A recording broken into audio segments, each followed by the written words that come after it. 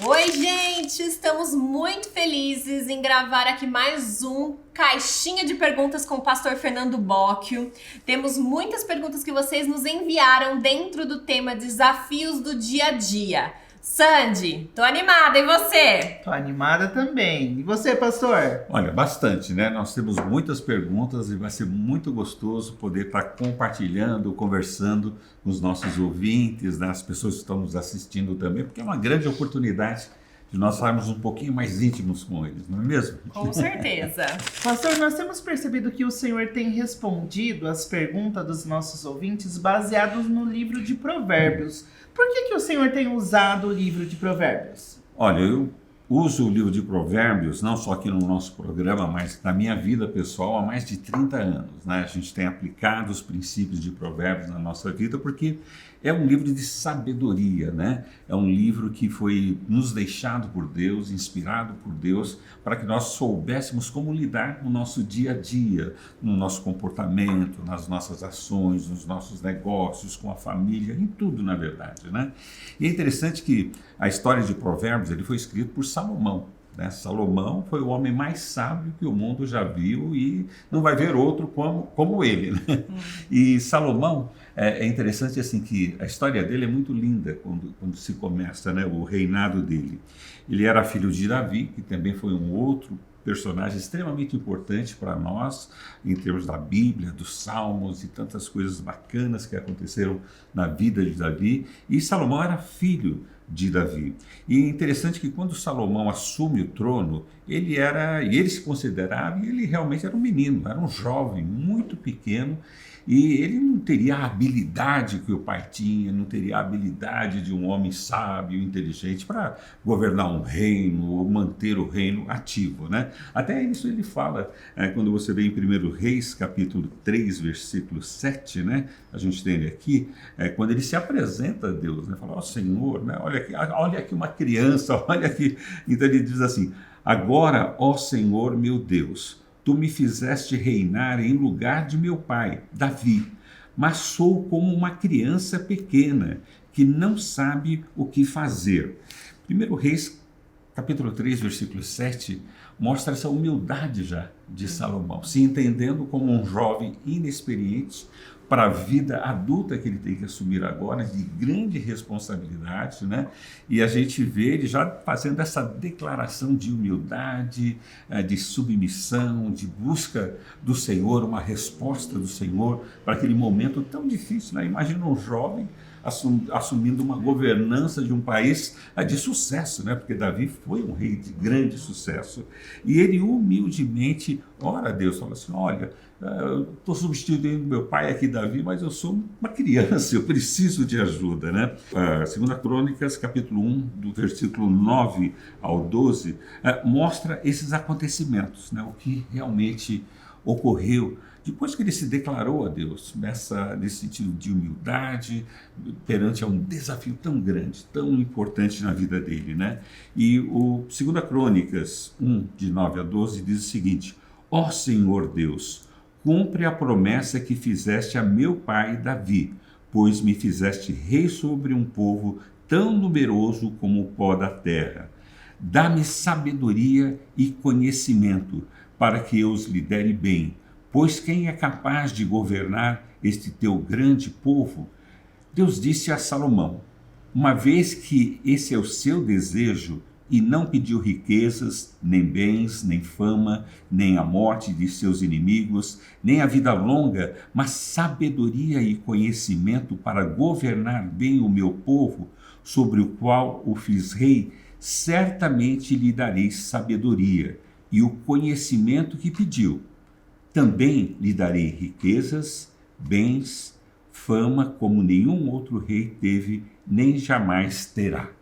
Que coisa magnífica, tremenda, né? Como Deus responde à oração de Salomão, no sentido assim, Salomão reivindica, olha, a herança do meu pai, o Senhor cumpre essas suas promessas que o Senhor fez ao meu pai, eu estou na esperança e na certeza de que vou herdar essa bênção do meu pai também, né?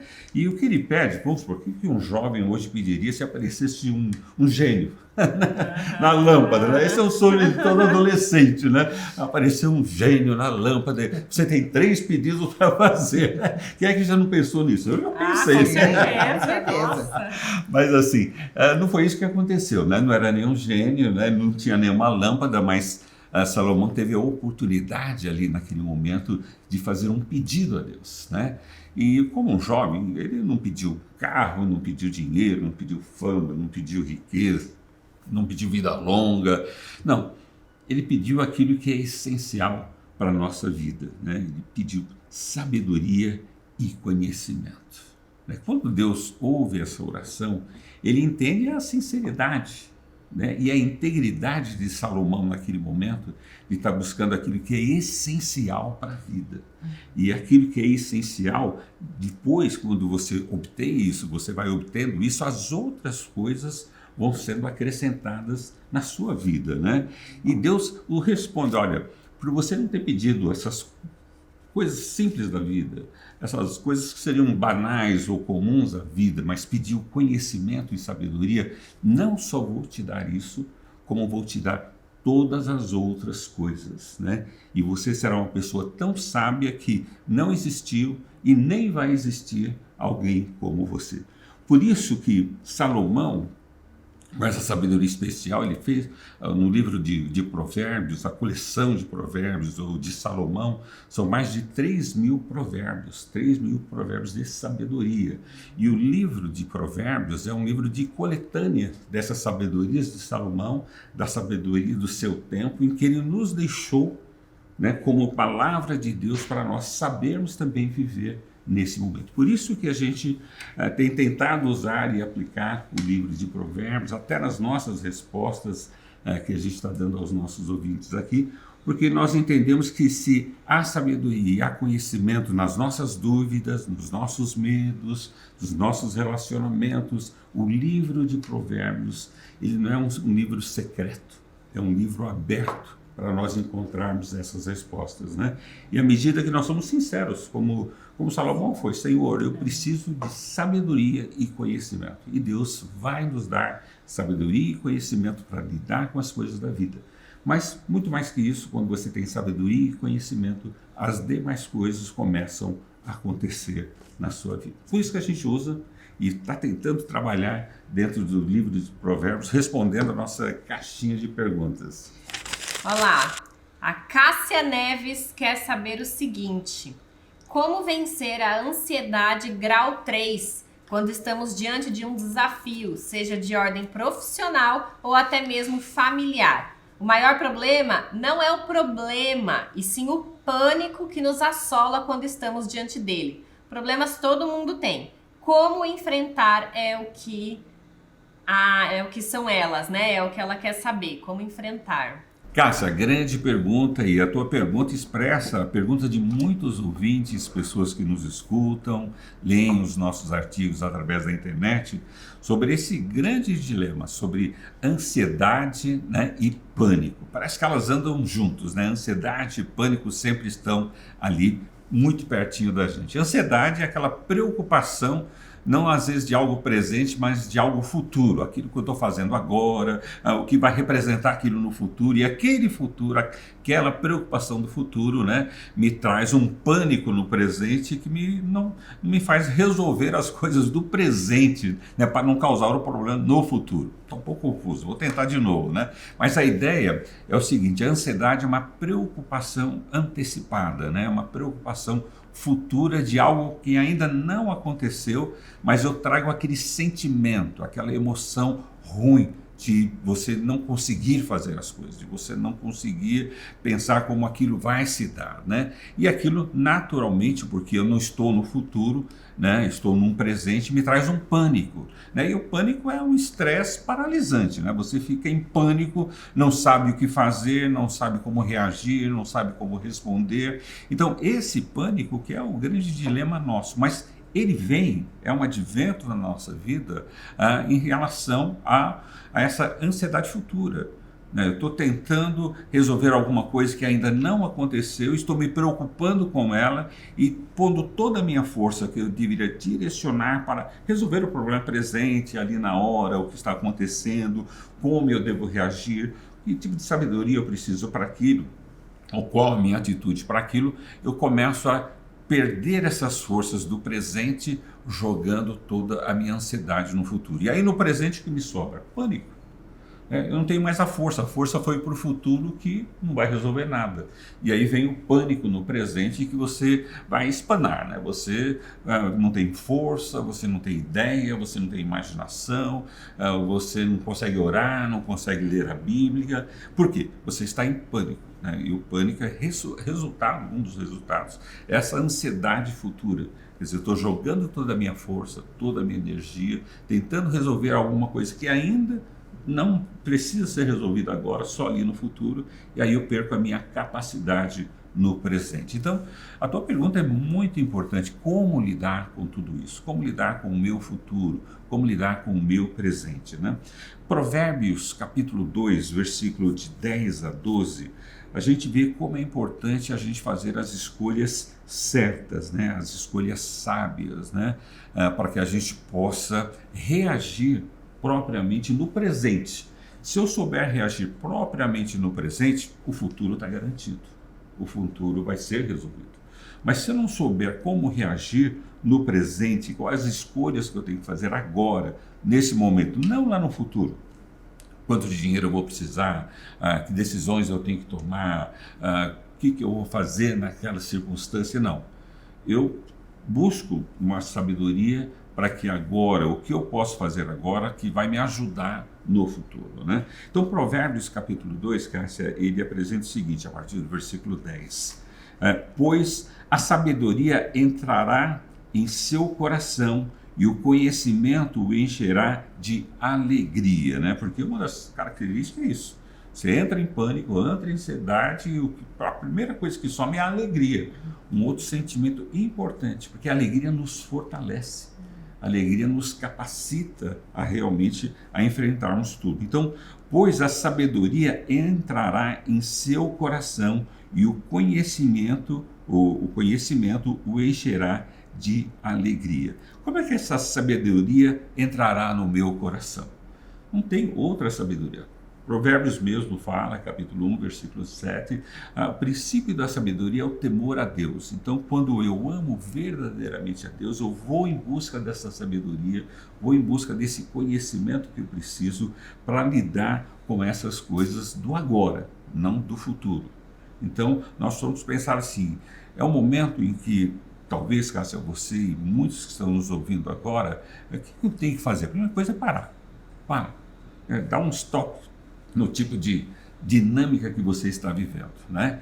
E aí você tira um momento de solitude. O que é solitude? Não é você ficar solitário, mas você ter um tempo com Deus. Então, esse tempo é de oração, esse tempo é de leitura bíblica, esse tempo é um tempo assim de solitude na presença de Deus. Não é que eu vou me isolar, senão eu vou ficar deprimido, né? Já estou com ansiedade, já estou em pânico, se eu me isolo eu fico deprimido. Mas essa solitude é a ideia de você ter esse tempo de comunhão, estar aberto àquilo que Deus vai estar fazendo. Então a gente para, a gente tem esse momento de solitude, de oração e de leitura da palavra de Deus, e aí a gente busca meditar o que aquilo está falando, o que aquilo é importante para mim hoje, para que realmente eu possa reagir segundo a vontade de Deus.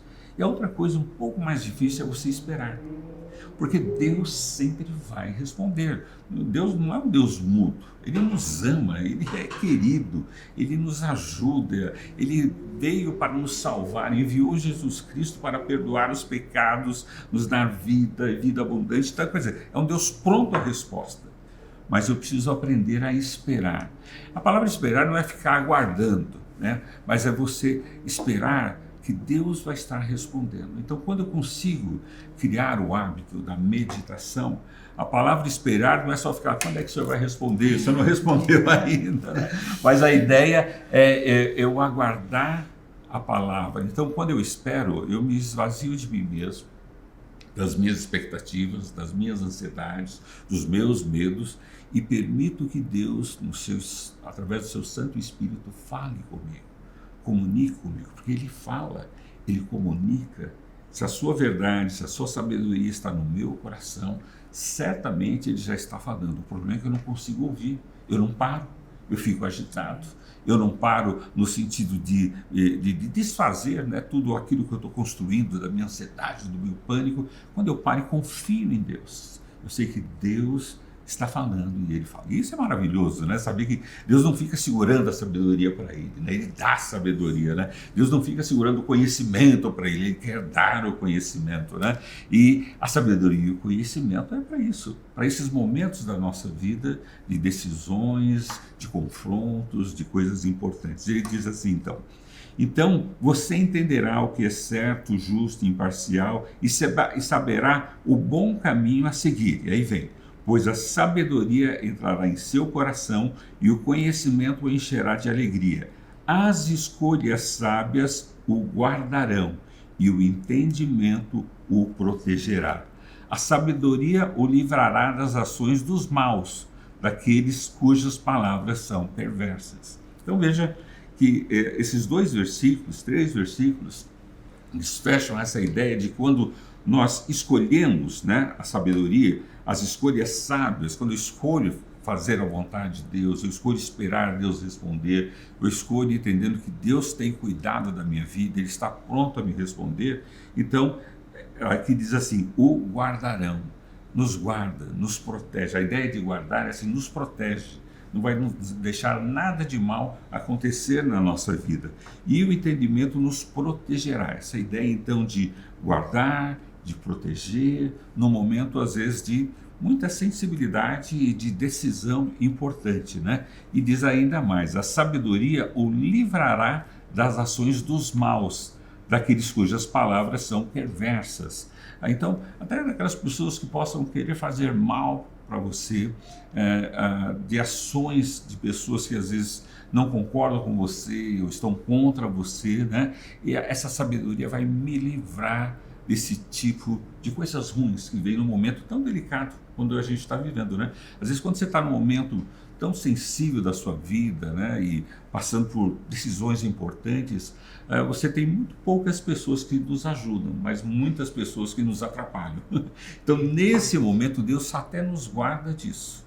E através da sua sabedoria e do seu conhecimento, que nós temos através da palavra de Deus, né, através daquilo que Deus está falando. De novo, eu acho isso tremendo e gracioso. Deus fala, Deus nos ama, Deus não guarda nada para Ele, Ele já nos deu tudo, nós só precisamos parar, orar, buscar e esperar. E Ele vai nos conceder tudo isso. Isso tira um pouco da nossa ansiedade, por quê? Não é minha responsabilidade futura. O futuro pertence a Deus. A minha responsabilidade é no presente. E a minha responsabilidade no presente é buscar sabedoria e conhecimento.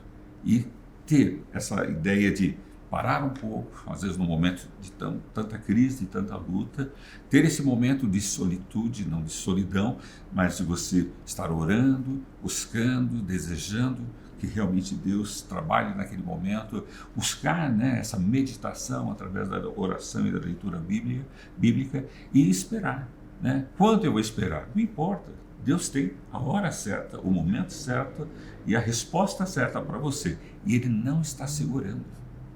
Ele está esperando o momento certo.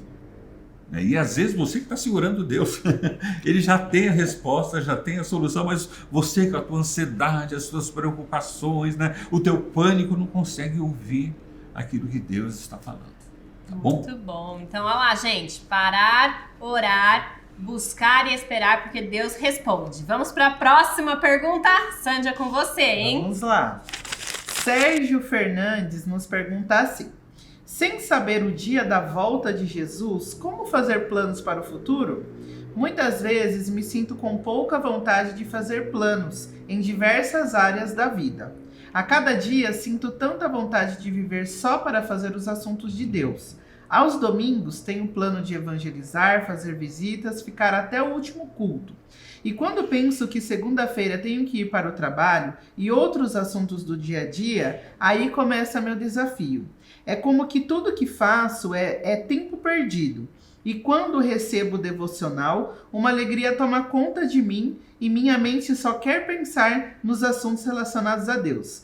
Mas sei que tenho que seguir, porque a vida é real. Os compromissos têm que ser honrados para o bom testemunho. Olha, Sérgio, essa é uma boa pergunta, uma pergunta grande também, né, do Sérgio, né? Sérgio, o curioso aqui é que você começa colocando assim: sem saber o dia da volta de Jesus. Fica tranquilo que você não sabe, eu não sei, elas não sabem, ninguém sabe, né?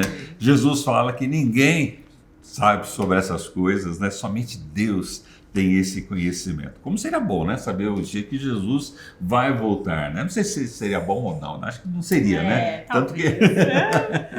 Mas assim, esse é um mistério, né? Que está guardado só com Deus, né? E eu acho isso lindo porque isso cria em nós uma expectativa, né, da volta dele, cria em nós uma expectativa de que ele vem nos resgatar, ele vem nos salvar, ele vem nos levar realmente para vivermos no paraíso, né? E quando eu penso na volta de Jesus, eu não penso assim no dia, na hora, quando vai ser, né? Eu creio que talvez os primeiros discípulos tinham essas expectativas, né, de qual é a hora, o dia, quando isso vai acontecer, mas isso logo se passou, né? E ficou a ideia principal de que Jesus vai voltar, e a volta de Jesus vai ser triunfante sobre o mal, e ele vem para vencer, nos dar a vitória, nos levar para a vida eterna, morar com ele para sempre. E isso foi ficando no coração da igreja primitiva. Isso foi sendo mais importante do que a precisão dessa volta, né? Porque quando você precisa alguma coisa, você acaba deixando outras coisas de lado. Você acaba, sabe, não vendo aquilo mais como importante ou necessário, às vezes como a nossa própria vida hoje no presente. Se eu sei, então isso não precisa, a gente começa a não tendo responsabilidade sobre muitas coisas.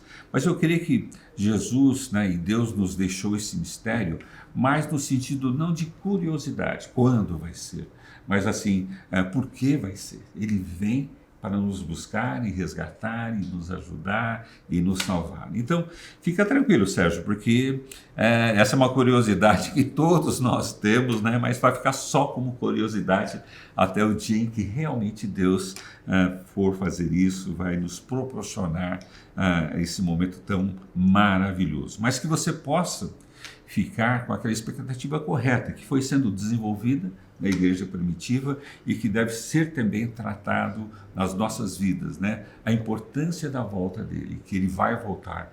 E a ideia é assim, ele não nos desamparou, ele não nos deixou sem alguém, né? Tanto que ele coloca lá em João que ele nos deixou o Espírito Santo para que realmente viesse nos confortar, nos orientar, nos lembrar dele. Então nós não estamos sozinhos, né? Apesar dele ter ido, ele nos deixou um companheiro, e esse companheiro nos lembra ele, nos faz saber as coisas dele, como nós agirmos. Então, a sua relação sobre a volta e o tempo presente, Sérgio, isso pode causar esse mal-estar que você coloca na sua segunda pergunta, né? Eu não sei o que planejar, eu não sei para onde ir, o que eu posso planejar para o ano que vem, daqui 2 anos, 10 anos, e se Jesus voltar, né? Então, se você tiver a expectativa certa da volta de Jesus, você não vai ter uma expectativa assim errada, né? De saber assim que o planejar, o organizar, o viver intensamente a vida hoje, presente, é muito importante. Tanto que Jesus morreu por isso, para que nós tenhamos vida plena, né? Então, quando ele nos coloca nessa condição, ele espera que nós venhamos a usufruir disso que ele nos proporciona. E o livro de sabedoria, o livro de Provérbios, é um livro que nos educa e nos ajuda a saber viver dentro desses aspectos da vida, planejando, organizando, administrando, mas sabendo que Deus é aquele que vai dar a resposta, sabendo que Deus é aquele que vai trazer a solução, sabendo que Deus é aquele que vai nos dar a vitória. Então, a nossa vitória, a nossa esperança, a nossa segurança não está nos nossos planejamentos, nas nossas organizações, né? Está naquilo que Deus vai fazer nas nossas vidas. Mas eu tenho que planejar, eu tenho que me organizar, eu tenho que me disciplinar, eu tenho que andar de uma forma ordeira, porque essa é a minha forma de testemunhar. essa é a minha forma de viver Cristo nesses dias, né? E ele coloca aqui aquela situação de dicotomia, né? De duas vidas, aquela vida que eu vivo na igreja, na minha experiência cristã, e aquela vida que eu vivo fora da igreja, que é outra pergunta dentro da perguntona do Sérgio. Então, quando você tem essas expectativas que não são próprias, né, da esperança da volta de Jesus, então você fica nesse dilema. Eu vou poder planejar? Não, eu quero viver só essa vida religiosa, né? Eu gostaria de deixar a vida mundana de lado. Não, Jesus nos tem como uma vida integral. Não existe vida mundana, vida religiosa, vida sacra, vida, né, que não é sacra. Nós vivemos só uma vida. Lógico, nós temos a religião. Religiões são expressões do homem em relação a Deus, mas esse não é o ponto aqui. Mas assim, o que eu devo viver é uma vida integral. Aquilo que eu vivo na igreja, eu vivo na minha casa, com a minha esposa, com os meus filhos, no meu trabalho. O meu culto não acontece só ali na celebração diante da igreja ou com a igreja, mas a minha celebração pode acontecer num testemunho que eu dou para um colega, pode ser num negócio justo que eu estou fazendo, numa compra certa e correta, num gasto, numa vida exemplar. Eu estou falando muito mais de Jesus do que palavras, né? Então, quando você vive a vida cristã e tem a oportunidade de viver a vida cristã no seu lar, não tem coisa mais magnífica, não tem coisa melhor. Você vai ver que muitas vezes aquela experiência que você tem ali religiosa, no culto, você pode ter na relação com a tua esposa, na relação com os teus filhos, na relação do seu trabalho, na relação com os seus amigos, a relação do seu esporte, do seu hobby. Então, tudo isso pode se tornar um grande culto, desde que eu esteja vivendo uma vida de integralidade com a vontade de Deus, sem pensar que a minha vida é dividida entre cristã e não cristã, mundana e sacra, né? Não, a nossa vida é integral, né?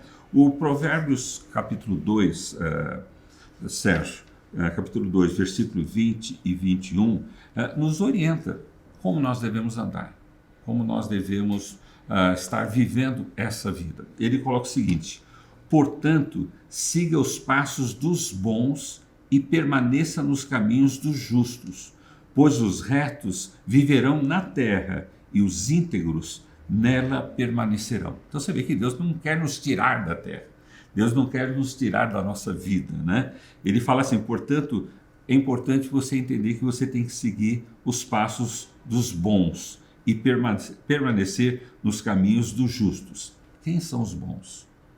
Quais são os caminhos dos justos? Nós não temos, além de um único bom, que é o Deus.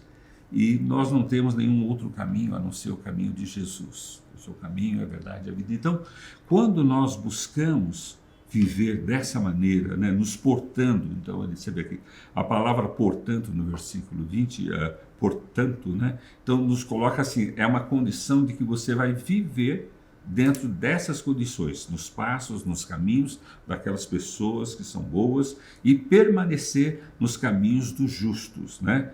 E ele continua no versículo 21, pois os retos viverão na terra, não no céu, não num estágio intermediário, e os íntegros nela permanecerão. Então, essa palavra permanecerão dá essa ideia de que é ali onde eu estou, naquele momento, as coisas estão acontecendo. Então, Deus não vai nos tirar, né? Deus não veio para criar uma religião, Ele veio para nos dar uma vida em que nós vamos viver plenamente em todas as áreas da nossa vida. Então, Sérgio, a sua grande pergunta, né? Está aqui uma grande resposta para você, né? Você precisa entender que a sua ansiedade na volta de Jesus, a curiosidade é de todos nós, mas é impossível, mas isso não pode se tornar uma ansiedade na sua vida, mas tem que se tornar uma esperança, uma alegria, de saber que Ele vai voltar, de saber que nós não estamos sozinhos, de que Ele nos ama e que Ele cuida de nós, né? E também, Sérgio, entender que não existe uma vida na igreja, uma vida fora da igreja, né? Existe uma vida cristã, que às vezes você tem que viver na igreja e viver nas outras áreas da sua vida, ser uma vida só, uma vida integral. É isso que Deus espera de nós. E os nossos planos devem ser traçados dessa maneira, compreendendo assim, eu quero viver muito para a glória de Deus. Eu quero viver bastante para a glória de Deus. E os meus planos são complementados assim, o que Deus quer para mim. Qual é o futuro que Deus tem para a minha vida? E eu vou em busca disso. E em cima disso eu planejo, eu me organizo, eu me administro, mas eu entendo que a vitória virá do Senhor. A resposta virá do Senhor, sem sombra de dúvida. Mas Deus nos deixou essa competência humana, né, de raciocínio, de pensar, de planejar, de organizar. E Provérbios é cheio disso. Você vai encontrar vários provérbios que nos orientam a ter esse cuidado, a esse zelo com essa vida presente e futura, sempre para a glória de Deus. Isso é maravilhoso, né? Então, não tem como falhar, não estar agradando a Deus quando você põe os seus planos para a glória de Deus. Bom, Sérgio, eu espero ter respondido a tua pergunta. A tua curiosidade está em cima de todos nós, mas entendendo que a nossa vida é integral, é única, né? E nós devemos viver esse mesmo amor e carinho que você tem ali na igreja, aquelas emoções, aqueles sentimentos. Eu sei o que você está falando, né? A gente queria levar, né, no nosso dia a dia. Tem que levar. Tem que acontecer, mas de uma outra forma, né? No seu trabalho, no seu hobby, na sua família, com os seus filhos, com a sua esposa, você vai sentir a mesma paixão, a mesma alegria de ver Deus atuando em todas as áreas, não só ali na igreja, mas em toda a sua vida. Pastor, desculpa te interromper, que você ia falar. Mas é que enquanto o senhor estava falando, eu estava pensando algo que eu aprendi desde pequena, né? Que a gente precisa de cristãos em todas as áreas da sociedade, né? Cristãos médicos, pedreiros, na padaria, em todo lugar. Então, quando o senhor fala que tem que ser algo integral, a gente vai viver como cristão em todo lugar, né? Então, nós somos, a Bíblia fala que somos os pés de Jesus, a mão de Jesus, as mãos de Jesus, por onde nós formos, onde nós estivermos. Então, seja na igreja, fora dela, no trabalho, uma coisa só. Exato. Inclusive, você tocou nesse assunto. Essa semana mesmo nós tivemos contato com um padeiro, né? E ele estava compartilhando a sua experiência, né, cristã em todos os aspectos, né? Que ele usa essa sua experiência, esse seu dom, né, de fazer pães, né, para a glória de Muito Deus. legal. E ele faz na igreja, inclusive. Olha Né? lá, tudo uma coisa só. Mas ele também faz ali na sua padaria, servindo ao Senhor daquela maneira. Mas é bem isso mesmo. Legal, então nós devemos manter a esperança da volta de Jesus, fazendo planos e que a nossa vida como um todo seja para a glória de Deus. Exato. Isso aí. Vamos para a próxima pergunta? Vamos lá. Aqui é a pergunta do Cássio.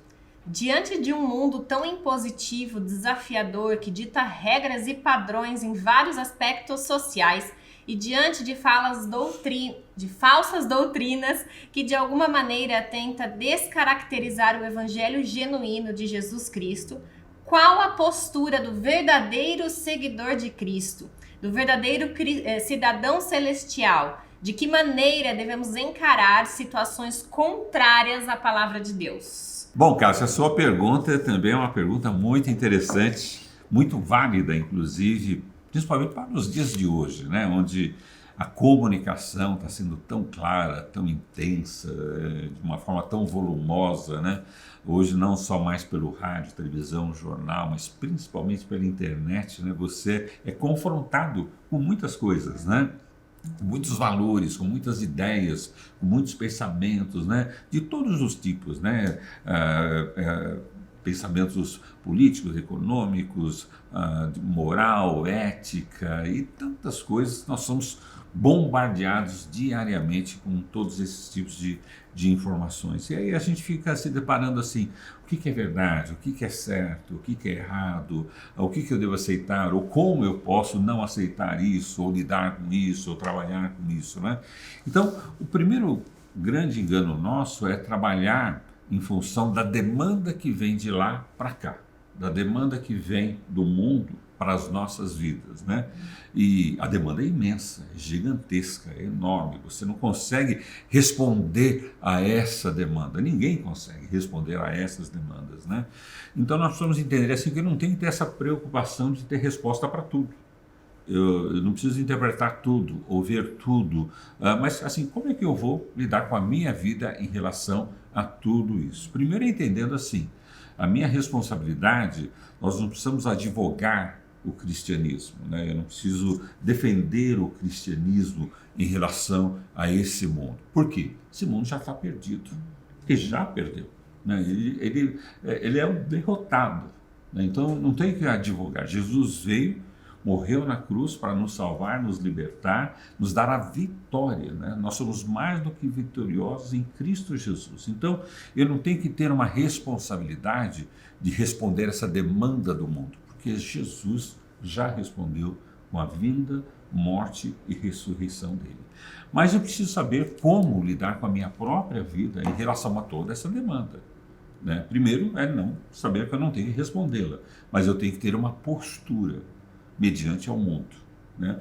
Uma das coisas que eu tenho aprendido, e tenho aprendido muito com a minha esposa Ieda, né? Não tenho outra esposa, só a Ieda. Eu tenho aprendido muito com a minha esposa, né? De escutar menos demanda, menos televisão, menos notícia, menos informação, porque tudo isso vai trazendo um acúmulo. Parece que eu sou responsável de responder a tudo isso. E, na verdade, eu não tenho que responder a tudo isso. Eu simplesmente tenho que viver a vida que Deus quer que eu viva nesse mundo, né? O mundo sempre teve demanda, hoje está muito mais globalizada, a preocupação do Japão, da China, dos Estados Unidos, da Europa, parece que é minha responsabilidade de tudo isso, né? Então, eu preciso entender qual é a minha postura como cristão em relação ao mundo, né? Não as coisas que o mundo me questionam ou me colocam, mas como eu respondo ao mundo. E de novo, né, quando você vai para Provérbios, e Provérbios foi escrito para jovens, né? Jovens como eu, vocês, né? Então foi para jovens no sentido da ideia de que nós estamos aprendendo a viver, no sentido de jovem, de juventude, no desejo de vencer, no desejo de resolver, no desejo dessas coisas, né?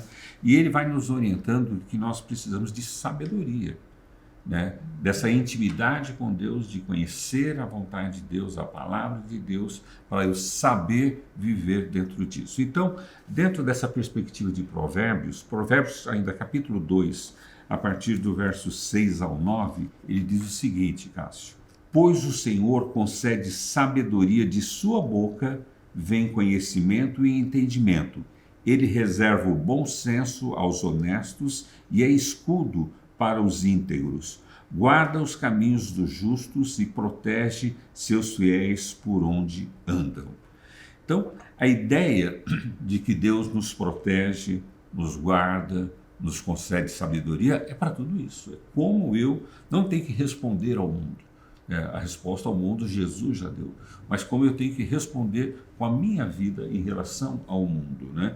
E a gente vê assim que nós precisamos entender que eu preciso dessa sabedoria, desse conhecimento que vem de Deus, para eu saber qual é o meu procedimento, qual é a minha atitude. O versículo 7, para mim, em resposta ao Cássio, é determinante. Cássio diz o seguinte: ele reserva bom senso aos honestos e é escudo para os íntegros. Então, quando ele diz assim, ele reserva bom senso aos honestos, né, a palavra honestidade é aquele que está querendo realmente fazer o que é certo, o que é correto, o que é direito, né? E que ele reserva o bom senso.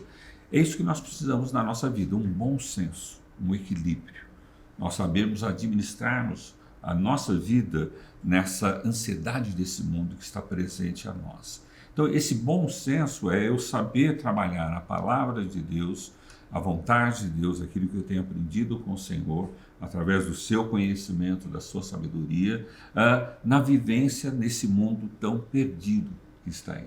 Então, quando eu busco isso na palavra e na vontade de Deus, ele me concede esse bom senso. Então, bom senso, eu não sei o que me compete ou não, né? Para que eu tenho que me importar com a bitcoins, com dólar alto, euro baixo?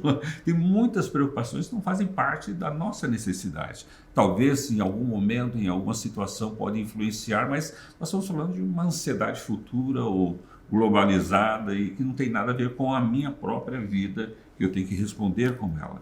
Então esse bom senso é aquela pessoa que sabe viver, né, diante de todas essas circunstâncias, né? E ele diz assim, quando nós estamos buscando conhecimento, sabedoria, vontade de Deus, ele é um escudo, o versículo diz assim, e ele é escudo para os íntegros. Então, além dele nos dar esse bom senso de nós termos uma vida íntegra, de uma vida justa, de uma vida honesta, ele também nos protege de alguma forma de todas essas coisas. Então, a nossa integridade, no sentido, eu estou vivendo aquilo que Cristo quer, eu estou vivendo como Deus quer, isso acaba me protegendo de toda essa demanda que o mundo nos oferece. Então, a pergunta dele, como nós podemos encarar situações contrárias à palavra de Deus, né? Nós não somos chamados para advogar a palavra de Deus, nem a Jesus Cristo, ele não precisa. Ele já venceu, né? Mas nós somos chamados a viver a palavra de Deus, né? Como um testemunho a essas pessoas. E a minha postura como cristão verdadeiro é não deixar que essa demanda do mundo assole a minha vida, domine a minha vida, mas que a palavra de Deus e a sabedoria de Deus domine a minha vida e controle a minha vida, me dando, o que diz aqui, um bom senso e me protegendo no decorrer da minha vida aqui. Então, Cássio, eu vejo assim, Deus não precisa de advogados, agradeço, a gente agradece os advogados, mas assim, para Deus ele não necessita, né? Ele já venceu a causa já é dele, né? O que Deus espera de nós é que nós venhamos a viver essa vida que ele já nos concedeu, ele tem nos dado. Essa vida cristã, essa vida de sabedoria e conhecimento, e ele vai estar nos protegendo e nos guardando e nos direcionando, né? Então ele diz assim, guarda os caminhos dos justos e protege seus fiéis por onde andam. Então pode ter certeza que se você está buscando essas coisas, Deus está protegendo você, Deus está guardando você, Deus está dirigindo os seus caminhos e que Deus possa nos ajudar, né? Porque é uma batalha todos os dias, né? Nós somos enxertados por tantas demandas desse mundo que realmente não tem como respondê-las, né? E às vezes demanda dentro da própria religião, né? Com tantas perguntas, e Jesus lidou com isso, Paulo lidou com isso, né? Com essas demandas religiosas, né? Que não precisam existir dentro da igreja, né? Então você vê Paulo falando a Timóteo, né? Olha, muitas questões, muitas colocações, muitas discussões, não tem razão, não tem propósito nessas coisas, mas quando você conhece a palavra de Deus, você entende aquilo que é essencial e aquilo que é importante. Você não se distrai, porque o mundo quer nos distrair. Às vezes essas demandas dentro das religiões, com questões assim, qual é o sexo dos anjos, né? Ou quantos anjos cabem numa cabeça de agulha, de alfinete, né? São questões assim que não são relevantes para a nossa vida, né? Jesus veio para dar vida, não responder perguntas que não tem necessidade de ser respondidas, né? Isso eu acho que é um desafio de disciplina, Exato. Né, pastor? A gente precisa ter uma disciplina de ler a palavra, de estudar, de aprender, de buscar esses conhecimentos, a sabedoria, ter um relacionamento com Deus, né? Porque a gente tem esse relacionamento com Deus, tudo vai fluir naturalmente muito mais fácil, porque a gente vai estar alinhado com a vontade de Deus, né? E não só essa disciplina que você falou corretamente, mas a disciplina também de parar essas informações do mundo. Muito difícil. Não é verdade? É muito né? difícil, gente, porque E você é uma disciplina, né? Todo dia. Nossa, o celular já começa a pitar ali, ó. Já, nossa, deixa eu ver o que tá acontecendo aqui. É difícil. É muito difícil. E é uma disciplina, como você colocou. Eu começo, né? E depois Deus vai me ajudando durante todo o processo. Isso aí, muito bom. Uma coisa, Sandy. Gostou? Demais! Meu Deus, que bênção que foi, né? A gente receber todas essas orientações aí baseado na palavra de Deus. Provérbios é rico, não É é? muito rico, né? Tanto que ele nos ensina, né, pastor? O senhor fez bastante menção de Provérbios capítulo 2. Ele nos estimula a buscarmos a sabedoria como alguém que busca um tesouro, Exato. né? E é realmente isso, como que é precioso nós termos toda essa sabedoria que Salomão nos deixou, né? Inspirada aí por Deus, e para vivermos uma vida sábia, para tomarmos fazermos boas escolhas, né? Exato. Termos boas decisões. Olha, eu tô animada já para as próximas perguntas, né? Por mim a gente Mas vai fazer fica mais para o várias próximo aqui. programa, né? Mas no próximo a gente volta então, né? Com mais Boas perguntas hoje, né? Foram quentes as perguntas Ô, hoje, né? gente! Foi muito bom. Que bom que você nos acompanhou até aqui, assistiu, acompanhou a gente. A gente agradece toda a interação de vocês, as perguntas que vocês enviaram. Continue nos acompanhando nas redes sociais. Continue acompanhando esse quadro aqui, Caixinha de Perguntas com o pastor Fernando Bocchio, nesse tema Desafios do Dia a Dia. Estamos muito felizes com esse projeto. Que Deus abençoe a sua vida. Não perca os próximos, que logo voltaremos. Tchau, gente! Tchau, gente. Tchau.